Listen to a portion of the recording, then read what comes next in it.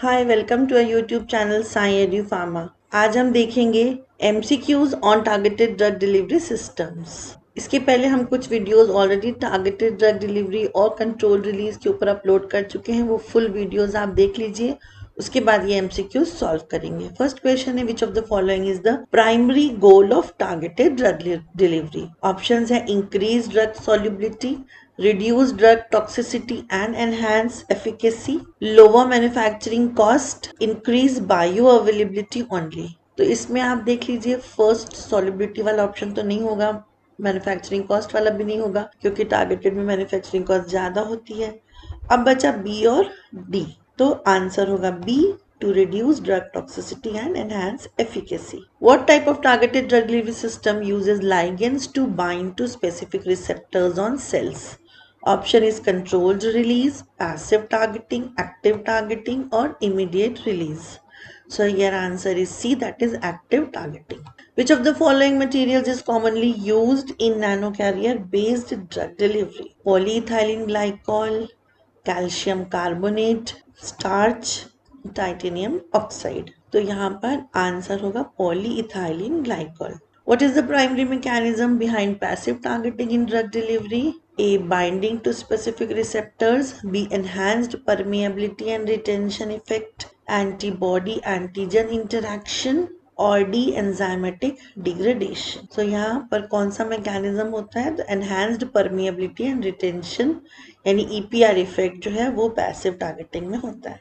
Which of these is an example of a drug delivery vehicle used in targeted therapy? A liposomes, B tablet, C capsules या D syrups. तो जो नीचे के तीनों वो conventional dosage forms हैं और टारगेटेड का आंसर होगा A, that is liposomes. Which of the following is a major advantage of liposomal drug delivery systems?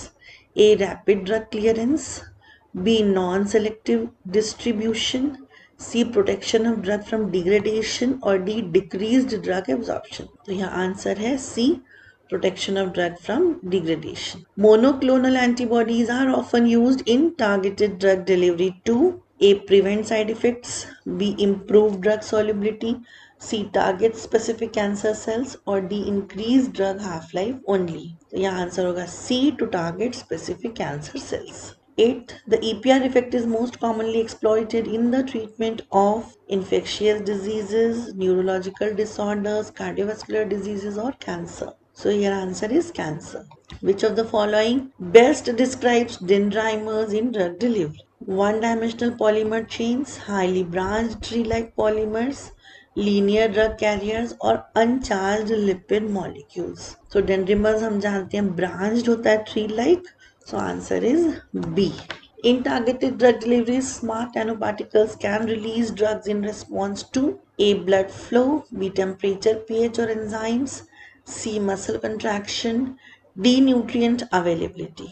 तो यहाँ आंसर होगा B, टेम्परेचर, pH और enzymes. Which property is most important for a nanoparticle to effectively accumulate in tumor tissues? A. Large size, that is more than 500 nanometer. Positive surface charge, long circulation time and small size, that is less than 200 nanometer. D है high density. तो इसमें answer है C, that is long circulation time and small size. Which of the following is not a common drug carrier in targeted delivery?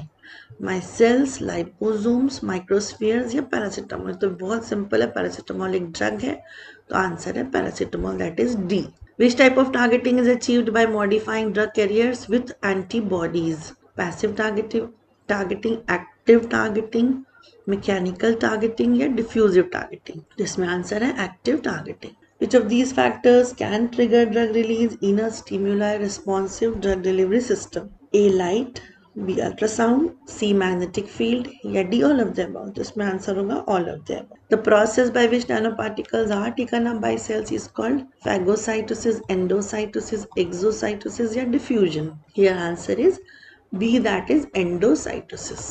Polymeric missiles are advantageous in drug delivery because they increase drug solubility and stability, they are insoluble in water, they have high toxicity, they rapidly degrade in blood. इसमें answer है A, they increase drug solubility and stability. Which of the following is a limitation of passive targeting? A. Requires complex ligands. B. Can accumulate in non-target tissues. C. Uses monoclonal antibodies. या D. Highly specific to tumor cells. तो यहाँ limitation पूछ रहा है तो can accumulate in non-target tissues. What is the main function of pegylation in nanoparticles? Decrease drug solubility, increase immune response. C. Prolong circulation time and reduce immunogenicity. Increase drug degradation. So answer is prolong circulation time and reduce immunogenicity. So option C. A common example of ligand used in active targeting is D-glucose, folic acid, sodium chloride या potassium iodide. तो यहाँ folic acid होता है ligand. The use of magnetic nanoparticles for drug delivery typically involves A. Direct injection into tumor cells. B. Guiding the nanoparticles using an external magnetic field. C. Mixing with chemotherapeutic agents. D. Direct attachment to DNA. So your answer is guiding the nanoparticles using an external magnetic field. So these were 20 MCQs on targeted drug delivery systems. Thanks. Stay connected with Sai Edu Pharma and do like, share and subscribe the channel Sai Edu Pharma and watch other videos that we have already uploaded in our playlist Controlled Drug Delivery Systems.